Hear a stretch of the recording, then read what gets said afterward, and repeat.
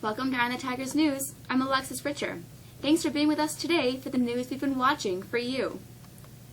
Democrats claimed the votes they needed Monday to block President Donald Trump's Supreme Court nominee, but the victory was only fleeting, setting up a historic showdown with Republicans who intend to rewrite Senate rules and muscle Neil Gorsuch onto the High Court.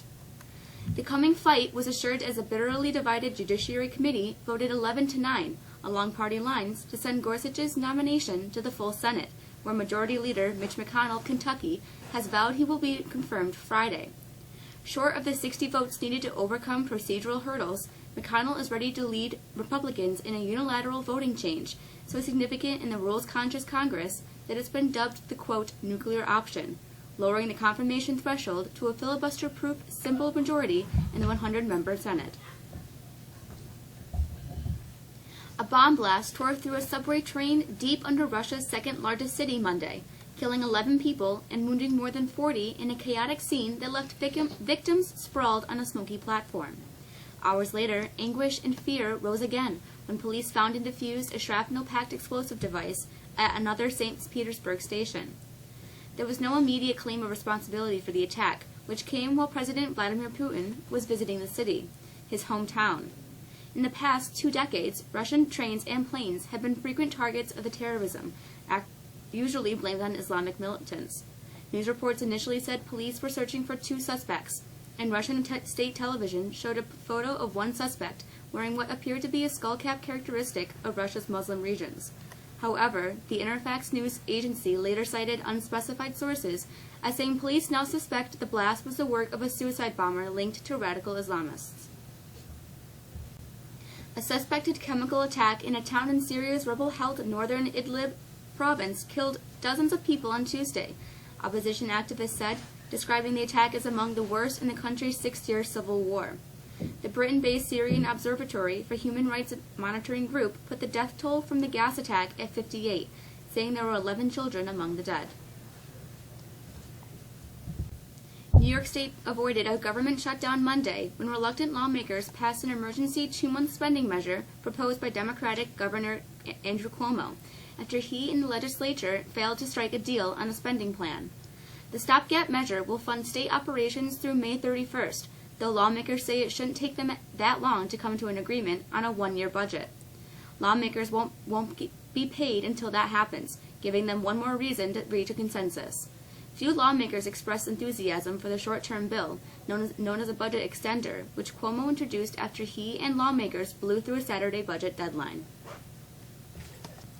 2 sets of new parents were surprised to learn their babies were part of a Shakespearean connection at a Florida hospital just 2 weeks after another pair of infants premiered as Romeo and Juliet on the same day at a hospital in South Carolina. The Orlando Sentinel reported Juliet Crouch was born Friday morning at Leesburg Regional Medical Center. Hours later, Romeo Kid made his debut down the hallway. It's unclear if the 2 babies have met. We've got some up and down weather the rest of this week. Here's Mr. Charbonneau with the forecast.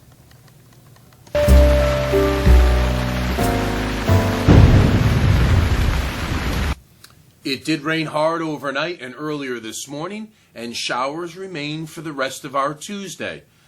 A steadier rain comes in later this evening into tonight, where we could see a ½ an inch or more of more rain, meaning creeks and streams are more vulnerable to some more flooding.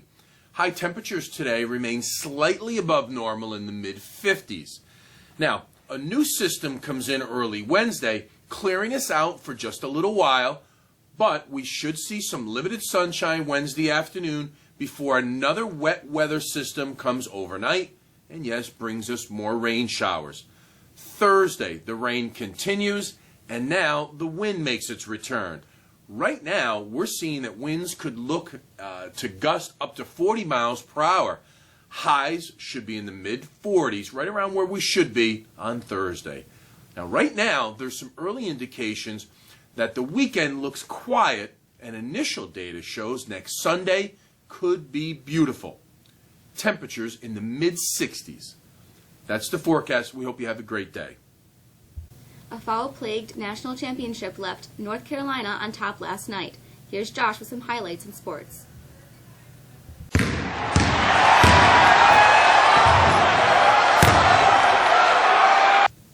whole year, the North Carolina Tar Heels wondered if they'd get another chance. For a whole year, the Tar Heels thought about what might have been. When Monday night's slugfest with Gonzaga came to a merciful end, the Heels had all their answers. The national title was theirs, the nets were hanging around their necks, the redemption tour was a success. Their 71-65 win will not be mistaken for a work of art. But for anyone who bleeds Carolina blue, it sure was a thing of beauty. Justin Jackson delivered the go-ahead three-point play with 1:40 left Monday, and North Carolina pulled away, washing away a New Year's worth of heartache. It was, in North Carolina's words, a redemption tour, filled with extra time on the practice court and the weight room, all fueled by a devastating loss in last year's title game on Chris Jenkins' three-point dagger at the buzzer for Villanova. The game was plagued by poor shooting and, at times, poor officiating. A total of 44 fouls were called and several other missed calls, though both teams steered away from really laying into the referees. Tony Romo will retire from the Dallas Cowboys and enter the broadcast booth for the 2017 season. Well, that's according to a report from ESPN's Adam Schefter and Todd Archer.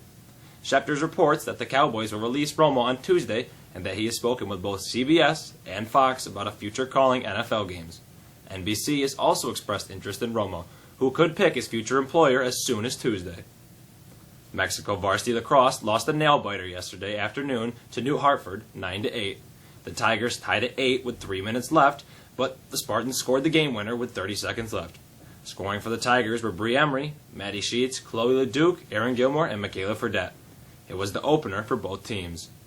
The Tigers baseball team got off to a tough start yesterday, falling to Oswego 12-1 in the opener for both teams. Reed Fravor, Dakota Deasy, and Connor Marks all had one hit apiece for Mexico.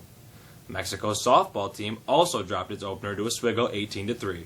Alicia Seeberger and Cassie Madison had RBI base hits for the Lady Tigers. That's a quick look at sports. Have a great day. I'm Josh. The Spirit Week Pep Rally is Friday. Students who want to participate in the games should sign up on Miss Laverne's store. City students can ride the bus back at 1 o'clock to attend the pep rally. The National Honor Society is hosting a bottle and can drive this week. See any NHS member during the week to donate, or bring your donation to Mr. Deckman in room 103 or the barrels in the main foyer. The deadline to register for the May SAT at Mexico High School is Friday, April 7th. Students requiring additional information or help registering should stop by Student Services. That's it for us today. We're back at it again on Wednesday. For the staff of Eye on the Tigers News, I'm Alexis Richer. Have a great day.